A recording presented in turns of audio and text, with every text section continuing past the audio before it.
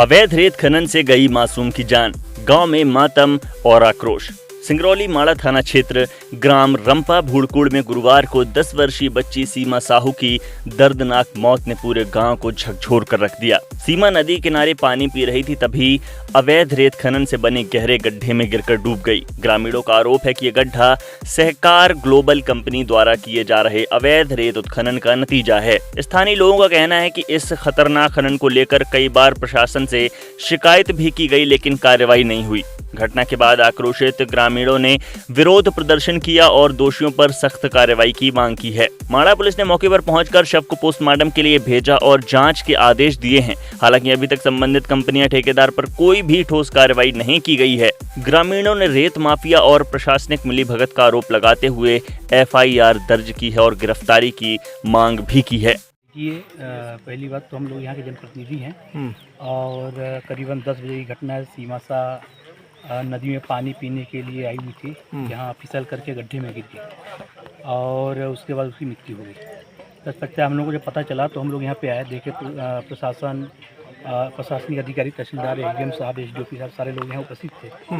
और बड़ा ही दुख का विषय है कि इस तरह का घटना करीबन पिछली बार भी हुआ था, इस बार फिर दोबारा हो गया।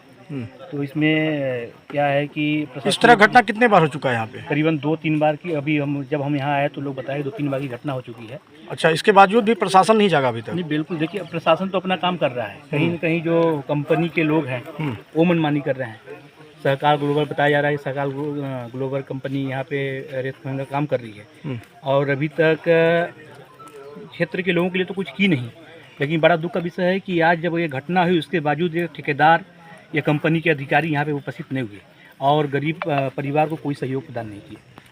क्या कुछ कहेंगे इस घटनाक्रम को लेकर, जिस तरह से आज ये विवश लाचार महिला अपनी एक बच्ची को खो दी है और इसके बावजूद भी यहाँ का प्रशासन, मैं देखा कि किसी भी तरह से संवेदना व्यक्त नहीं कर पाई, सुस्ती दिखाती हुई नजर आई। इस विषय पर आप क्या कुछ कहेंगे? बड़ा दुखद विषय है। ऐसा अगर कोई घटना हुई है तो कहीं न कहीं से इस गरीब परिवार का सहयोग करना चाहिए था और कहीं से भी इस गरीब परिवार का कहीं से सहयोग नहीं हुआ। ये हम सभी के लिए बहुत दुख का विषय है। क्या मांग करते हैं आप? कंपनी के ऊपर कार्रवाई हो या FIR हो कंपनी के ऊपर। अगर कहीं सहयोग प्रदान नहीं की तो कंपनी के द्वारा जो गलत गड्ढे खोदे गए हैं 10-10 फुट तक, वहाँ कंपनी के ऊपर कार्रवाई हो और निश्चित रूप से अच्छी जाँच कर उनके ऊपर उचित से उचित कार्रवाई की जाए। क्या नाम है? पद? रणधीर सिंह, जनपद सदस्य माड़ा। यहाँ पे मौजूद हैं, क्या कुछ घटनाक्रम है सर?